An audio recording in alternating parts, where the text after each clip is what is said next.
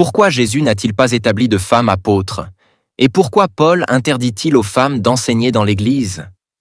Malgré le fait que plusieurs femmes ont servi Jésus avec fidélité et ont soutenu son ministère, comme Marie de Magdala, Marthe ou encore Jeanne, Jésus n'a jamais établi une femme comme apôtre.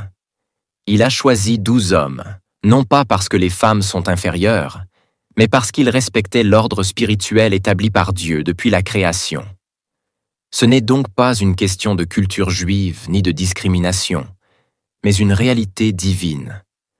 De même, dans 1 Timothée 2, verset 12, l'apôtre Paul déclare « Je ne permets pas à la femme d'enseigner ni de prendre autorité sur l'homme, mais elle doit demeurer dans le silence. » Et il en donne la raison.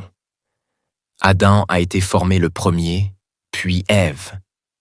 Et c'est Ève qui a été séduite, pas Adam. Autrement dit, Dieu a donné à l'homme la responsabilité du gouvernement spirituel, tandis que la femme a reçu d'autres dons pour servir, édifier, prier, prophétiser, mais pas pour enseigner avec autorité dans l'assemblée. Être prophétesse, ce n'est pas être pasteur ni fondatrice d'église.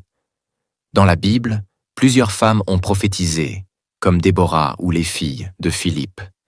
Mais aucune n'a dirigé une assemblée ni exercé le rôle d'ancien ou de berger spirituel. Prophétiser, c'est parler de la part de Dieu, mais ce n'est pas enseigner avec autorité sur une assemblée. Aujourd'hui, certaines femmes qui se disent « pasteurs » utilisent souvent Galates 3, verset 28 pour justifier leur position. « Il n'y a ni homme ni femme, car tous vous êtes un en Jésus-Christ. » Mais ce verset parle de l'égalité du salut, pas de l'égalité des rôles dans le ministère. Elle cite aussi Déborah, Juge 4. Mais Déborah n'était pas pasteur, ni apôtre, et son rôle était exceptionnel, dans un contexte de crise spirituelle. Aucun verset biblique ne montre une femme pasteur ou fondatrice d'église dans le Nouveau Testament. Mais alors, Dieu peut-il appeler une femme à prêcher ou témoigner? Oui, Dieu peut utiliser une femme puissamment pour évangéliser. Exemple, la Samaritaine, en Jean 4. Témoigner, prophétiser, enseigner les enfants ou d'autres femmes, Tite 2, versets 3 à 5.